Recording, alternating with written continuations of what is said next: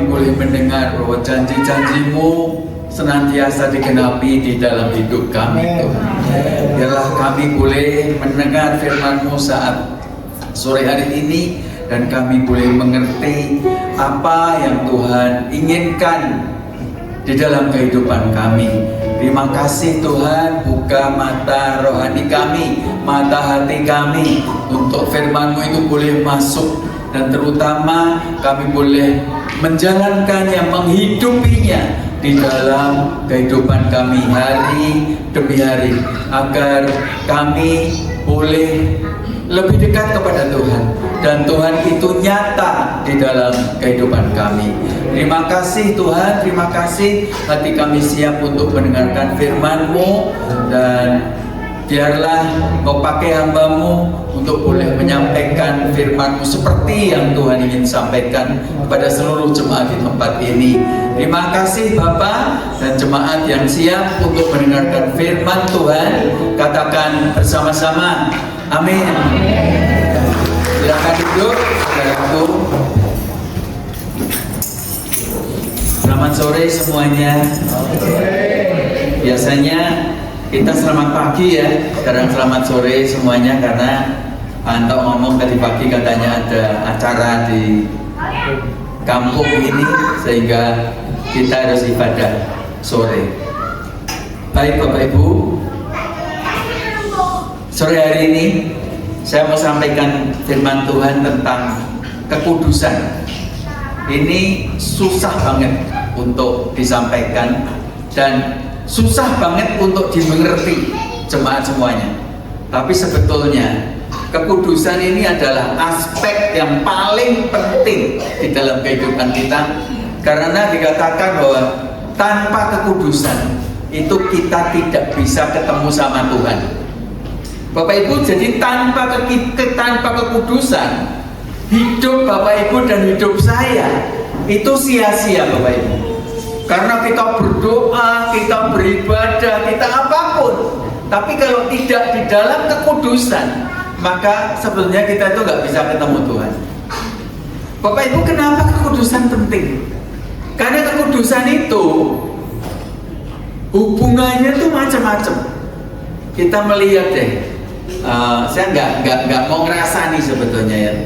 Tapi kalau saya melihat pejabat-pejabat kita, ya, yang banyak korupsi, di belakangnya itu kenapa? Pasti punya simpanan yang lain, ya. Simpanannya siapa? Artis-artis. Wah, jadi sekarang kalau artis-artis itu mereka motivasinya itu sebenarnya tidak hanya sebagai artis, tapi menawarkan diri untuk mendapatkan sesuatu yang luar biasa. Nah, kenapa seperti itu? Karena ketidakkudusan ini tuh mewarnai kehidupan manusia semuanya, sehingga dunia ini menjadi dunia yang tercemar, Bapak Ibu. Saya itu prihatin ya, bukan hanya orang-orang dewasa, bukan hanya orang-orang yang sudah senior yang nggak kudus, tapi zaman sekarang. Kemarin saya pelayanan di Palembang, ketemu sama orang-orang Lampung, ya. Ada hamba Tuhan Lampung itu kesaksian begini, ada anak SMP perempuan loh Bapak Ibu. Jadi kekudusan itu nggak hanya menimpa pemuda-pemuda ataupun bapak-bapak, tapi semua kalangan. Ada anak SMP baru kelas 2 atau kelas 3, jadi umurnya itu kira-kira 15 tahun ya. Dia itu udah kecanduan seks yang luar biasa. Setiap kali dia menginginkan, dia sudah ngambil siapa saja. Ada tukang becak, dia ngambil tukang becak. Ada tukang ojek, dia ngambil tukang ojek. Ada siapapun dia ngambil. Coba bayangkan Bapak Ibu, SMP ini satu hal yang luar biasa. Ini bukan cowok tapi cewek. Terus saya pernah dengar satu artikel, itu ada seorang wanita kerja di salah satu kantor, ya, jabatannya itu mungkin sekretaris atau apa. Dia itu katakan, sudah pernah mencoba dari direktur sampai tukang kebun. Saya berpikir, gila dunia ini Bapak Ibu, sudah dipenuhi dengan kecemaran. Nah, Tuhan itu gak suka dengan yang namanya kecemaran. Tuhan ini suka dengan kekudusan. Next, bisa ditayangkan. Ya, Ibrani 12 ayat 14b. Bapak Ibu mengatakan begini, sebab tanpa kekudusan tidak seorang pun akan melihat Tuhan. Bapak Ibu, ini firman Tuhan ini mutlak ya, mengatakan bahwa tanpa kekudusan. Jadi Bapak Ibu yang ibadah, Bapak Ibu yang doa pagi, Bapak Ibu yang terus ingin mencari Tuhan, tetapi ingat, tanpa kekudusan di dalam hidup kita, kita tidak bisa melihat Tuhan. Ibrani 12 ayat 14 dari versi mudah dibaca berkata, dan berusahalah hidup bebas dari dosa. Ya, kekudusan itu mengacu ke dosa. Jadi dikatakan dan berusahalah hidup bebas dari dosa. Jika hidup seseorang tidak kudus, ia tidak akan melihat Tuhan. Bapak Ibu, saya pernah sakit katarak. Mata saya ini pernah tertutup satu selaput yang namanya katarak. Orang yang tertutup katarak itu nggak bisa lihat, Bapak Ibu. Kalau hanya satu, itu hanya nggak bisa lihat satu. Tapi ada yang katarak dua-dua. Nah, kalau sudah katarak dua-dua, itu melihat apapun nggak terlihat, karena di dalam mata itu ada selubung. Bagaimana bisa melihat lagi? Kalau kataraknya itu diambil. Nah, katarak saya sudah diambil, saya diganti lensa yang dimasukkan ke dalam mata saya, sehingga saya clear. Dulu saya minus 7, kalau lihat jauh harus pakai kacamata. Sekarang saya 0, bebas. Saya pakai kacamata ini hanya untuk melihat dekat. Kalau untuk melihat jauh, saya udah nggak perlu kacamata. Karena apa? Katarak saya sudah diambil. Bapak Ibu, kekudusan itu seperti katarak di mata kita. Ya, semakin kita nggak kudus, mata kita itu semakin tertutup oleh kabut, sehingga kita nggak bisa lihat apa-apa. Dan kalau kita nggak bisa lihat apa-apa, kita nggak bisa ketemu dengan Tuhan. Next, kecemaran adalah seperti katarak dalam mata rohani kita. Jika semakin tebal, akan semakin menghalangi, bahkan menutup pandangan kita untuk melihat dan berjumpa dengan Tuhan. Bapak Ibu, tadi Ibrani 12 ayat 14b kan mengatakan, sebab tanpa kekudusan tidak seorang pun akan melihat Tuhan. Bapak Ibu, kekudusan di sini itu dari bahasa aslinya, ya, bahasa Yunani, yaitu hagiasmos. Jadi kekudusan itu di dalam Ibrani 12 ayat 4b tadi, dalam bahasa Yunaninya itu hagiasmos. Apa itu hagiasmos? Hagiasmos itu adalah kita yang terus-menerus berusaha untuk kudus. Karena kekudusan yang namanya kados atau kudus itu hanya miliknya Tuhan. Kita nggak mungkin bisa punya kados, karena kita sudah tercemar oleh dosa.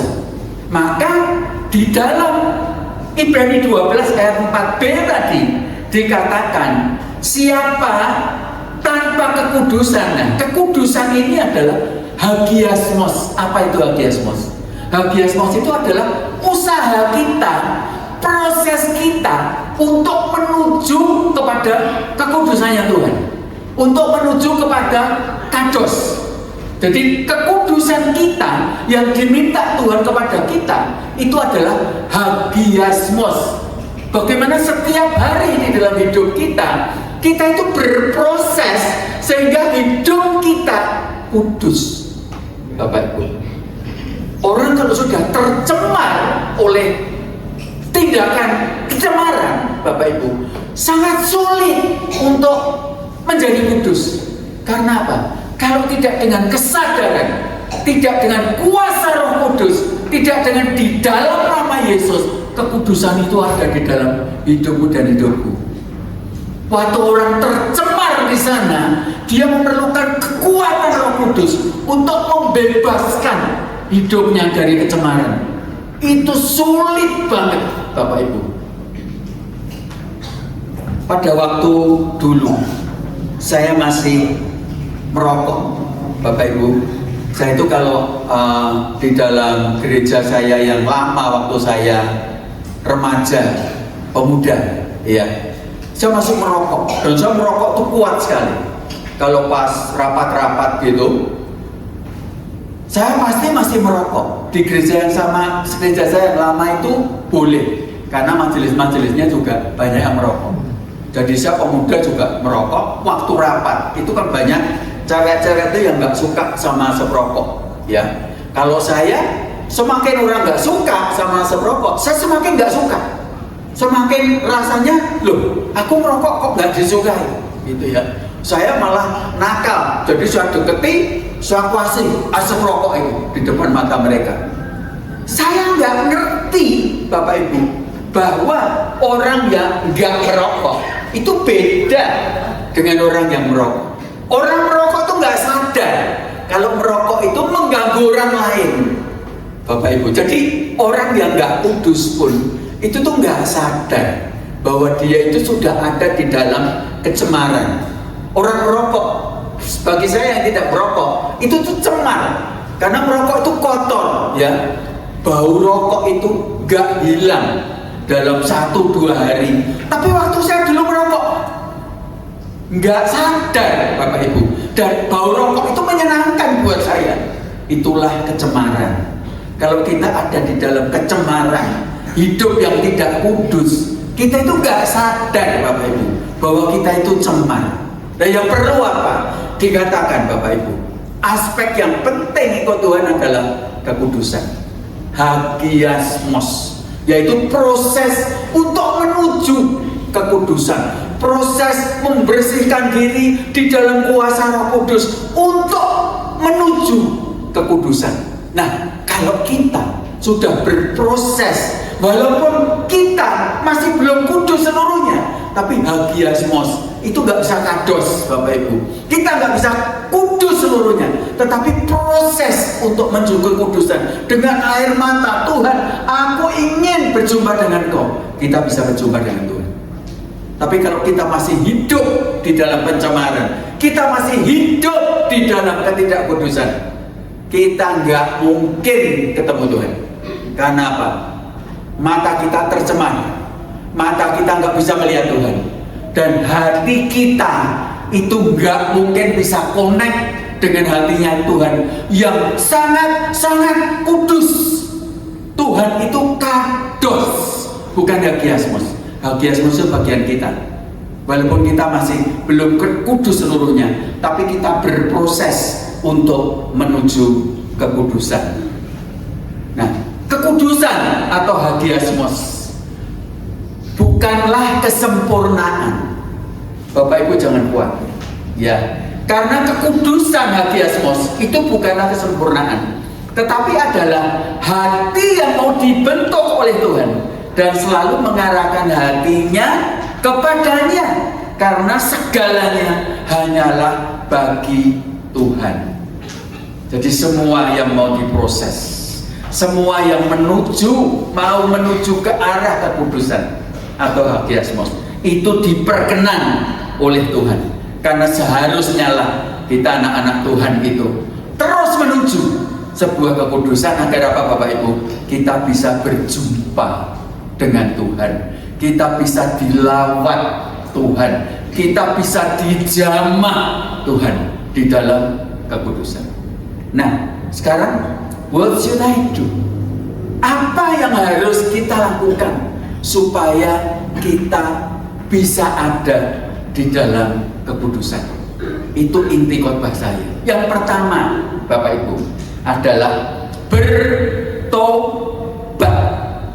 Yang pertama, kita bisa memiliki hagiasmos, kita bisa memiliki rasa bersalah, rasa cemar, dan ingin hidup di dalam kekudusan kalau ada pertobatan. Bertobat adalah sebuah tindakan yang selalu saja harus kita lakukan selama kita hidup di dunia ini. Bertobat adalah proses menuju kesempurnaan. Karena selama kita hidup di dunia ini, kita tidak akan mendapatkan kesempurnaan. Bapak Ibu, kita hidup di dunia ini gak akan ada yang sempurna. Tetapi kita yang memiliki keinginan untuk terus memperbaiki diri kita, untuk bertobat dari kesalahan kita, itu membuat kita itu berkenan dan kita bisa berjumpa dengan Tuhan. Yang percaya katakan amin. Di dalam Lukas 15 ayat 17 itu berkata begini Bapak Ibu. Lalu ia menyadari keadaannya. Lihat kata-katanya. Lalu ia menyadari keadaannya. Katanya, betapa banyaknya orang upahan Bapakku yang berlimpah-limpah makanannya, tetapi aku di sini mati kelaparan. Bapak Ibu, ayat ini itu cuplikan dari perumpamaan Tuhan Yesus tentang anak yang hilang.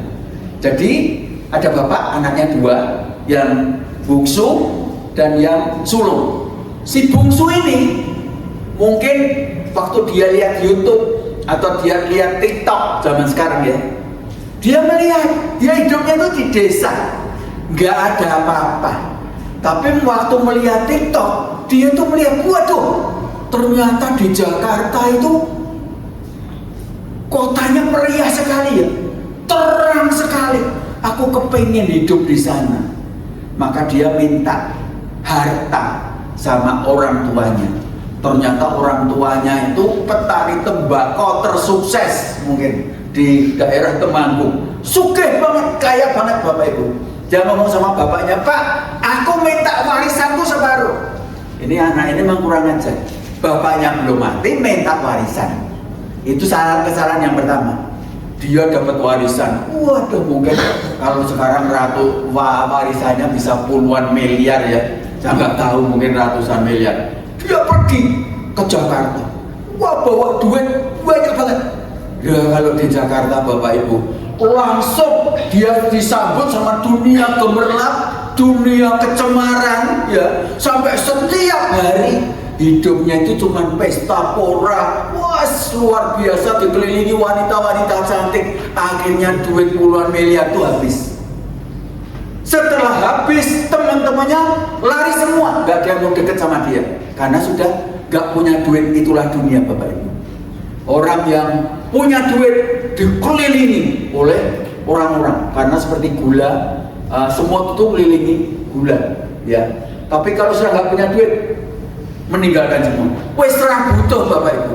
Ngapain deket-deket sama orang yang gak punya duit? Sama-sama dia. Setelah dia gak punya uang, dia kerja sampai akhirnya ikut memelihara babi. Karena dia gak dikasih makan sama yang punya babi, sampai makanan babi itu loh dia makan. Itu pun gak boleh sama yang punya. Lalu setelah itu dikatakan di Lukas 15 ayat 17. Kuncinya ini Bapak Ibu. Lalu ia menyadari keadaannya. Kata sadar itu diperlukan untuk orang bertobat. Kalau Bapak Ibu yang dari sini nggak ada kesadaran akan dosamu, kamu nggak akan bisa keluar dari dosamu. Tapi kalau ada kata sadar, aku sadar aku salah, aku sadar aku cemar, baru seperti anak tadi menyadari akan keadaannya, dia lalu sadar, bapaknya itu karyawannya banyak, makanannya berlimpah-limpah, kenapa aku di sini makan makanan babi? Kesadaran inilah Bapak Ibu yang membuat dia balik ke tempat bapaknya. Bapak Ibu, kadang-kadang kita nggak ngerti, hidup kita ini ada di dalam kecemaran, hidup kita ini ada di dalam kejahatan. Bapak Ibu, kecemaran itu bukan hanya wah berzina atau apa, enggak ya. Kecemaran itu kecemaran pikiranmu, kejahatan di dalam pikiran kita. Kita baru mikir aja, itu sudah jahat, Bapak Ibu. Nah, itu yang harus kita sadari. Kalau kita nggak sadar, hidupmu dan hidupku akan terus berkajang di dalam kejahatan itu. Banyak orang bukannya nggak kudus, tapi terikat dengan hartanya. Ya, teman-teman saya itu banyak yang punya harta, banyak banget, tapi nggak pernah cukup dengan hartanya. Dia terikat dengan hartanya, dan di hatinya itu nggak ada belas kasihan, Bapak Ibu. Ada orang yang sakit, ada orang yang perlu, ya dia dekat dengan orang itu, dia nggak mau keluar duitnya. Karena apa? Hatinya itu ada di dalam kekayaannya, dan kekayaannya itu cuma buat dia, Bapak Ibu. Itu tidak menyangkut kekudusan, tapi itu kejahatan di mata Tuhan. Karena orang-orang Kristen, kita semua, itu aspek terpenting adalah mengasihi sesama seperti diri kita sendiri. Kita tadi doa Bapa kami, ya, kita mengasihi sesama itu seperti diri kita sendiri. Nah, Bapak Ibu, itu kalau kita nggak sadar kalau harta ini adalah milik Tuhan dan uang kita itu bukan uang kita tapi uangnya Tuhan, kita baru bisa bertobat dan kita bisa menjadi orang yang bisa keluarkan kekayaan kita untuk menolong orang. Kita balik ke kekudusan, Bapak Ibu. Saya kalau sekarang ini, tadi pagi saya itu nengok orang sakit dua. Ada satu saudara saya, ada satu manajer saya di Panti Waluyo. Kami berdua masuk ke rumah sakit. Rumah sakit itu pasti tempatnya orang sakit, Bapak Ibu. Kami tahu, kami masuk ke rumah sakit itu pasti kumpulnya dengan kuman-kuman penyakit. Dan kami punya kebiasaan, begitu keluar dari rumah sakit sampai di rumah, kami mandi, keramas, membersihkan diri semuanya. Supaya apa? Kalau ada kuman-kuman itu nggak melekat di tempat kami. Bapak Ibu, itu sedikit banyak kami itu sadar bahwa di rumah sakit itu sumber penyakit. Ya, tuh. Kita nengok orang, itu kewajiban kita. Menengok saudara kita yang sakit, itu kewajiban kita. Kita bisa pakai masker untuk melindungi kita, tapi sadar bahwa itu adalah tempat orang sakit. Saya sama istri saya nggak bisa langsung lepas celana tidur di tempat tidur. Bagi kami itu sesuatu yang tabu. Pasti kami sudah mandi keramas dulu, walaupun kemarinnya atau tadi paginya sudah keramas, ya kami terpaksa keramas lagi. Paling enggak rambut ini diguyur dengan air, Bapak Ibu. Karena kecemaran, itu karena nggak nampak. Di rumah sakit itu nggak nampak. Kumannya di mana? Nggak nampak. Tapi kita sadar, Bapak Ibu, bahwa itu kita masuk di dalam area yang berbahaya. Kadang-kadang kekudusan itu nggak nampak di dalam hidup kita, ya. Tapi pikiran kita yang ngerti kita itu kudus atau tidak. Nah, bagaimana kita bisa keluar dari itu? Yang pertama saya tulis adalah kita harus bertobat. Bertobat adalah meninggalkan kehidupan yang lama dan digantikan dengan kehidupan yang baru. Bapak Ibu, hagiasmos itu adalah bagaimana kita itu tetap ingin kudus. Ya, karena bagi orang yang kepengen kudus itu akan ditarik sama iblis untuk masuk di dalam kecemaran. Bapak Ibu, saya pernah datang ke reuni SMA saya.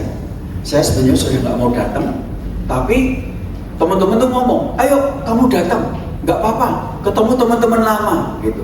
Wah, oke lah, saya datang ke tempat reuni. Saya kaget, Bapak Ibu, karena dulu waktu saya SMA, jujur saya itu walaupun ekonomi saya nggak punya dan sebagainya, tapi namanya anak SMA, saya itu deketi 2 cewek di SMA. Nah, waktu reuni itu Bapak Ibu, ketemulah dengan 2 cewek yang kemarin saya deketi, dan 2 cewek itu sekarang sudah janda semua Bapak Ibu. Ya, walaupun sudah janda, umurnya sudah sama-sama saya, hampir kepala 7 gitu ya waktu itu. Saya itu masih membayangkan dia waktu dia remaja, waktu dia SMA dulu. Waduh, hati ini berdebar-debar Bapak Ibu. Yang satu duduk di sebelah kiri saya, yang satu duduk di sebelah kanan saya. Waduh, kayak masa remaja dulu lagi. Dulu saya deketi mereka, ya, mereka jual mahal. Karena ngerti saya orang nggak punya saya apa, mereka tuh jual mahal, nggak ngomong ya, nggak ngomong enggak, di diam bangke gitu loh Bapak Ibu. Lah sekarang di reuni itu punya kesempatan, dan istri saya nggak ikut. Waktu reuni dia nggak mau ikut, ya. Nah itu salahnya istri saya, kenapa nggak mau ikut? Ya. Satu duduk di kiri, satu duduk di kanan Bapak Ibu. Waktu musik mulai ada musik itu, yang kiri ngejak saya dance. Waduh. Padahal dulu itu saya juga jago dance juga Bapak Ibu ya. Tapi waktu itu saya berpikir, saya nggak mau. Hidup saya sudah di dalam Tuhan. Enggak lah, aku nggak mau itu. Saya tolak. Yang satu gandeng saya Bapak Ibu. Yuk pergi dari sini aja. Kita ngobrol. Aduh, deg-degan Bapak Ibu. Dijak ngobrol bekas kaca. Ya. Walaupun kalau sekarang melihatnya itu nenek-nenek, tapi bayangan saya dulu itu noni-noni Bapak Ibu, masih remaja dulu Bapak Ibu. Tapi puji Tuhan, ya, saya mau hidup hagiasmos. Saya nggak ngikuti tawaran mereka. Sampai di rumah saya cerita sama istri saya, waduh, aku ketemu gini. Untung nggak marah dia, karena saya ngomong, saya nggak ngikuti mereka. Bapak Ibu, dunia ini isinya kayak gitu. Kalau kita tuh nggak punya hagiasmos, kita nggak punya pertobatan setiap hari, dan ingin hidup kita itu kudus, habis kita Bapak Ibu. Kalau misalnya itu saya masuk, ya, saya nurutin diajak omong-omong, digandeng lagi, saya nurutin, dan mereka itu janda-janda semua, dua-duanya Bapak Ibu. Coba, apa enggak saya masuk di dalam dosa? Tapi puji Tuhan Bapak Ibu, saya punya hagiasmos, saya punya proses untuk terus jaga kekudusan. Maka yang pertama kali kita bisa bebas dari kekudusan kalau kita bertobat. Itu yang pertama Bapak Ibu. Yang kedua, setelah bertobat, yang kedua adalah berikan hati kepada Tuhan. Bapak Ibu, hati kita ini harus kita berikan yang pertama kali kepada Tuhan. Lah kepada istri atau suami kita gimana? Itu yang kedua. Yang pertama, kita harus memberikan hati kepada Tuhan. 1 Petrus 1 ayat 15 berkata begini Bapak Ibu. Tetapi hendaklah kamu menjadi kudus di dalam seluruh hidupmu, sama seperti Dia yang kudus yang telah memanggil kamu. Bapak Ibu, hati ini itu nggak boleh punya ruangan-ruangan atau sekatan-sekatan di dalam hati kita. Kita nggak boleh berpikir, Bapak Ibu, sedikit aja kok, kita cuman nggak kudus sedikit, kita cuman melihat sesuatu sedikit. Bapak Ibu, dikatakan berikan hati kita tuh seluruhnya. Tidak, kalau hati yang sebelah kiri bawah itu bagian kita, sebelah kiri atas buat anak kita, sebelah kanan bawah buat cucu kita, istri kita. Tuhan cuma seperempat. Nggak boleh begitu Bapak Ibu. Dikatakan bahwa berikan hati kita kepada Tuhan, itu seluruh hati kita harus diberikan kepada Tuhan kalau kita mau ketemu sama Tuhan. Kalau kita waktu doa pujian penyembahan, tapi pikiran kita nggak sama Tuhan, kita nggak akan ketemu Tuhan. Tapi kalau kita memberikan hati kita kepada Tuhan, benar-benar hati kita ini seluruhnya untuk Tuhan, kita dijamah Bapak Ibu. Kita pasti semuanya pernah merasakan betapa jamahan Tuhan itu kadang-kadang membuat kita nangis habis-habisan. Kita tahu-tahu ada perasaan yang sangat damai di dalam hati kita, dan kita menangis habis-habisan bukan karena sedih, tapi karena sukacita, karena damai sejahtera. Itu jamahan Roh Kudus. Kita bisa mendapatkan jamahan Roh Kudus kalau apa Bapak Ibu? Memberikan hati kita seluruhnya kepada Tuhan. Tidak setengah-setengah, tetapi seluruhnya kita berikan kepada Tuhan. Kalau ada sesuatu yang gak beres di dalam hati kita, sedikit pun gak beres dalam hati kita, apa yang harus kita lakukan? Bereskan dulu hati kita. Waktu ada sesuatu yang gak beres kepada pasangan kita, selesaikan dulu, baru menghadap Tuhan. Karena kalau enggak, kita enggak bisa memberikan keseluruhan hati kita pada Tuhan. Karena apa? Ada apa ya? Sesuatu yang menghalangi, yang gandul di dalam hati kita dengan pasangan kita. Bapak Ibu, menghadap Tuhan itu enggak gampang. Kita berdoa dengan bibir itu gampang, tapi berdoa dengan hati, Bapak Ibu datang memberikan hati kepada Tuhan, itu tidak gampang. Karena apa? Suasana hati kita itu kadang-kadang masih ada ketidakkudusan, masih ada kecemaran, kadang-kadang masih ada kejahatan. Kita nggak bisa ngampuni tetangga kita, nggak bisa ngampuni pasangan kita, nggak bisa ngampuni teman kita. Itu sebagian dari hati kita untuk yang lain. Tetapi kalau kita bisa memberikan hati ini seluruhnya untuk Tuhan, kita akan dapat jamahan Roh Kudus, kita akan dapat jamahan Tuhan. Ada amin saudara? Tidak gampang kita datang sama Tuhan sampai kita ini dijamah Tuhan. Itu butuh perjuangan. Karena apa? Bapak Ibu harus memberikan hatimu, total hatimu kepada Tuhan. Baru Tuhan itu bisa menjamah kita. Kalau sebagian kita berikan, kita nggak akan dapat apa-apa. Bapak Ibu masuk ke dalam gereja ini, walaupun Bapak Ibu pujian sungguh-sungguh, tapi kalau hatiku nggak kamu berikan 100% kepada Tuhan, kita nggak akan dapat apa-apa. Pulang ya gitu-gitu aja. Yang kita dapat apa? Nggak dapat apa-apa Bapak Ibu. Ya, tapi saya percaya jemaat di tempat ini mau memberikan hatinya kepada Tuhan. Yang ketiga Bapak Ibu, terus hidup di dalam hadiratnya. Nah ini yang penting. Yang pertama tadi kita harus bertobat. Kalau ada sesuatu di dalam hati kita, kita bertobat dulu pada Tuhan, menyadari kesalahan, itu yang penting. Yang kedua, memberikan hatimu kepada Tuhan. Dan yang ketiga adalah terus hidup di dalam hadiratnya. Pengkhotbah 9 ayat yang ke-8 saya bacakan. Biarlah pakaian-pakaianmu putih sepanjang waktu, dan janganlah kepalamu kekurangan minyak. Bapak Ibu, dikatakan bahwa sepanjang kehidupan kita, pakaian-pakaian kita itu harus putih sepanjang waktu, dan janganlah kepala kita ini kekurangan minyak. Kepala kita ini penuh dengan kekudusan. Jadi belum tentu saya pakai celana putih gini, hidup saya kudus. Yang penting bukan celana, bukan baju, tetapi kepala kita yang penuh dengan minyak, dan hati kita yang penuh dengan kekudusan. Sesungguhnya kekudusan dan hidup di dalam hadirat Tuhanlah yang seharusnya menjadi gaya hidup kita orang percaya.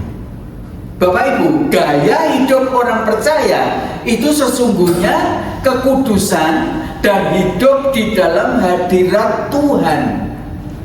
Ini yang diminta Tuhan di dalam kehidupan kita.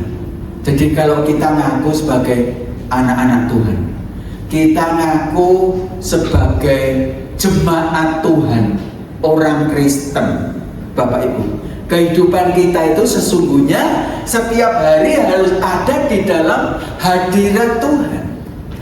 Anak-anak itu akan merasa bahagia ya kalau hidup di tengah-tengah orang tuanya, atau kami orang tua itu bahagia kalau anak-anak itu ada bersama-sama dengan kami, apalagi menyembah Tuhan bersama-sama, itu senang rasanya. Nah Tuhan itu juga sama, Dia menginginkan kita itu hidup setiap saat itu ada di dalam hadirat Tuhan. Karena apa Bapak Ibu? Kalau kita hidup ada di dalam hadirat Tuhan sebagai karyawan, kalau karyawan yang hidup di dalam hadirat Tuhan, itu pasti ada kejujuran, ya, nggak korupsi waktu, nggak korupsi apa-apa, tapi hidupnya jujur. Dan kalau kerja, yo kerja yang benar. Kalau kita kerja sudah benar, Tuhan itu akan memberikan semuanya bagi kita. Jangan sebagai karyawan kita itu berpikir, wah bosku makin kaya terus ya, aku dapatnya sebulan cuma UMK, kapan aku bisa kaya? Bapak Ibu nggak boleh seperti itu. Karyawan yang hidup di dalam hadirat Tuhan itu melakukan apa yang harus dia kerjakan itu dengan senang hati. Bapak Ibu, kalau saya dulu mungkin jadi karyawan, saya nggak kerja keras, saya nggak di dalam sukacita, saya mengerjakan semuanya, bahkan saya mengerjakan lebih dari yang disuruh sama bos saya.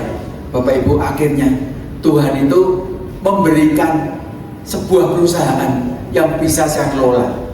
Dan saya punya kemampuan untuk mengelola perusahaan. Karena apa?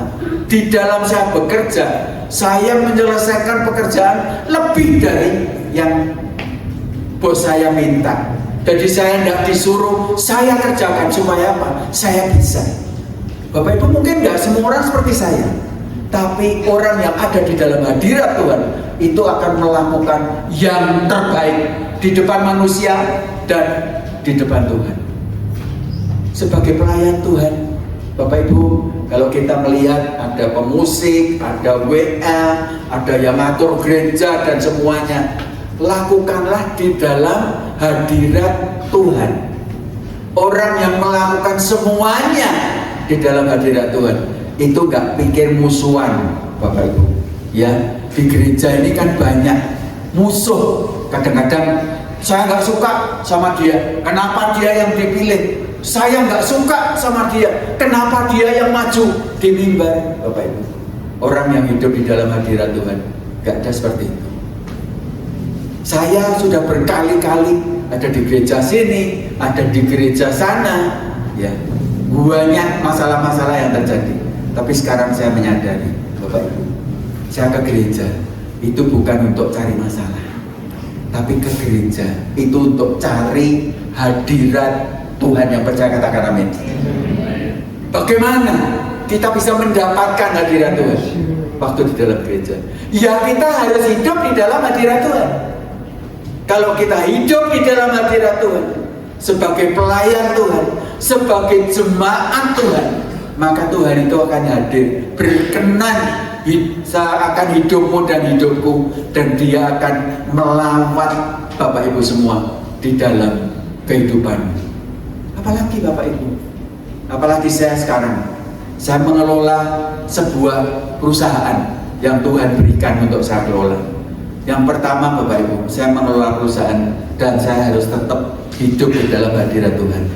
Saya perhatikan semua karyawan, bahkan karyawan saya yang sakit, tadi saya tengok ke rumah sakit, itu wujud Bapak Ibu bagaimana saya akan menjadi serupa dengan Tuhan Yesus, karena Tuhan Yesus itu adalah Tuhan yang terus ada di dalam hadirat Bapaknya. Setiap kemanapun juga Tuhan Yesus itu ada di dalam hadirat Bapaknya.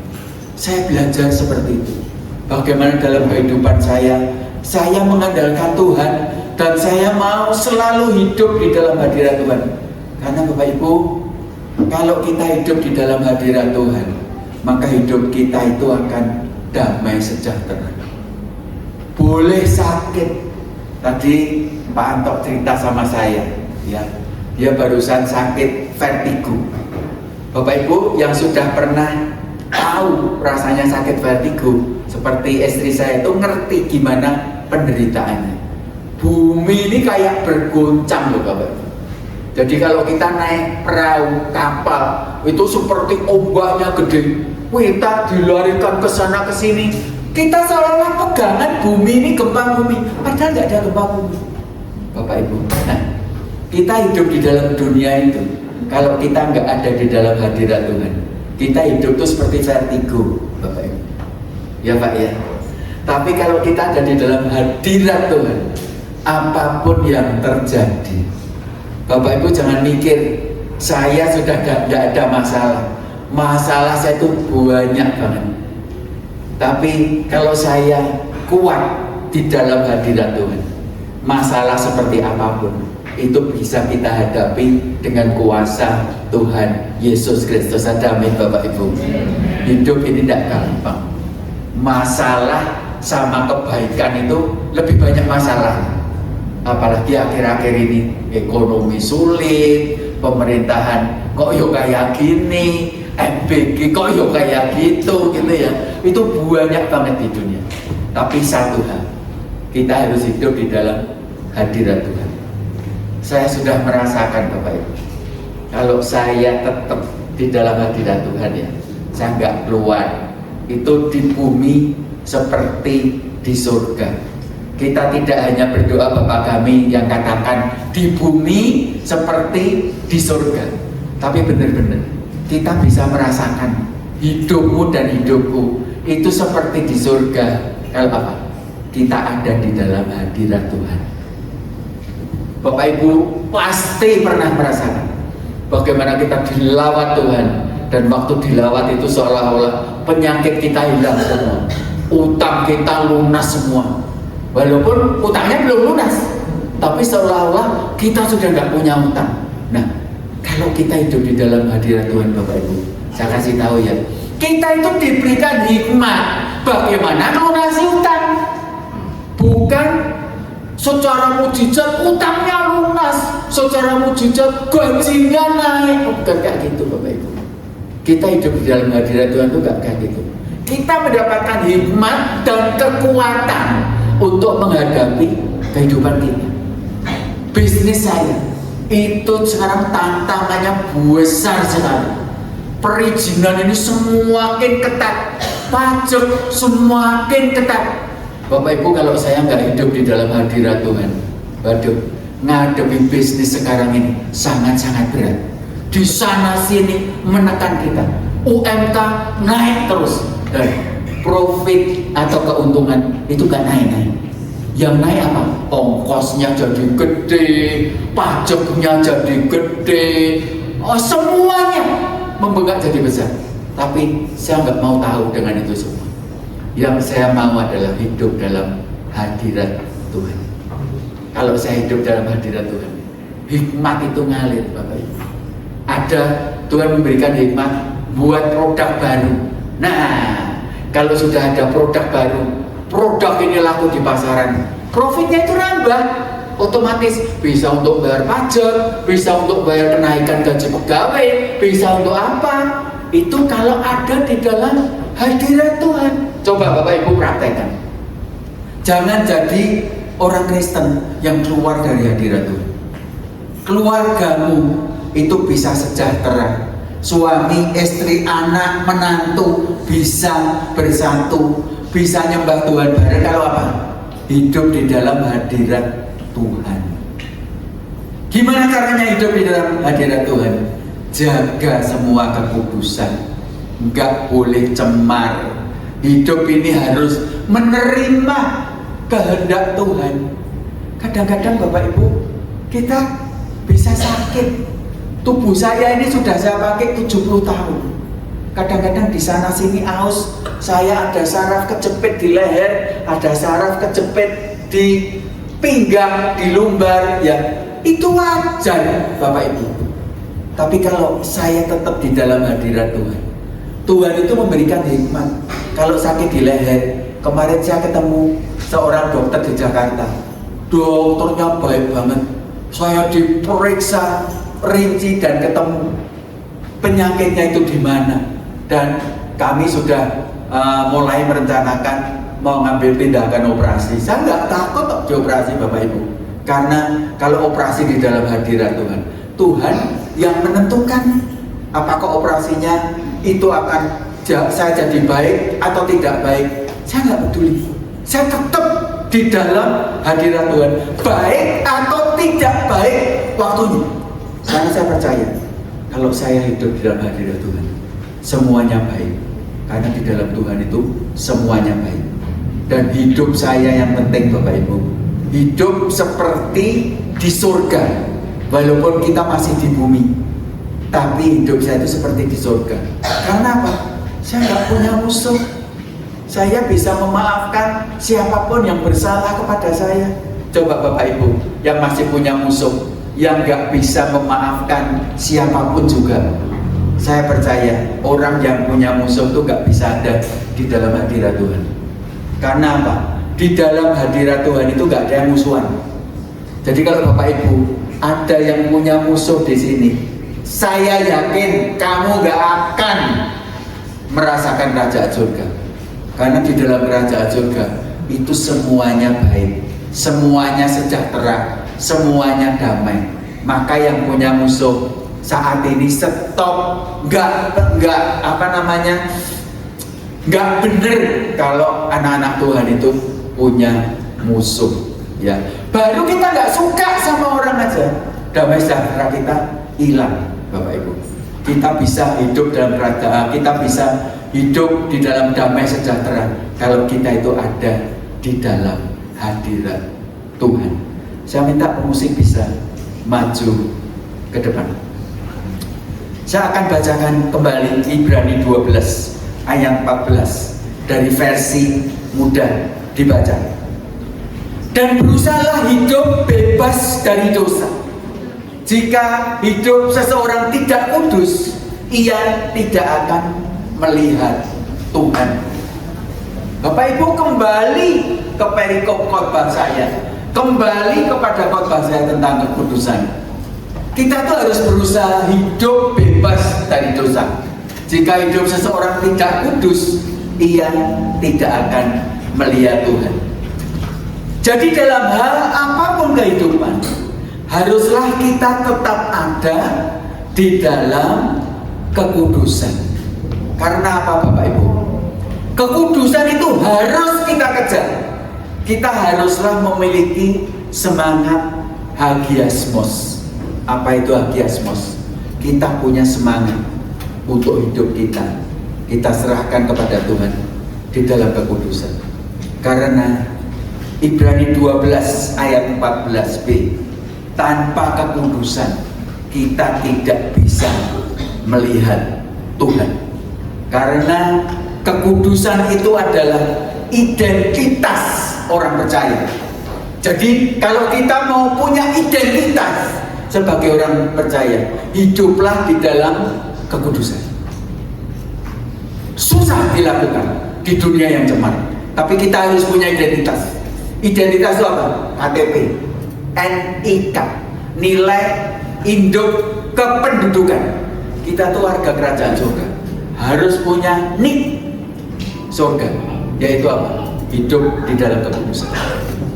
Karena kalau kita nggak hidup kudus, maka kita nggak punya NIK kerajaan surga.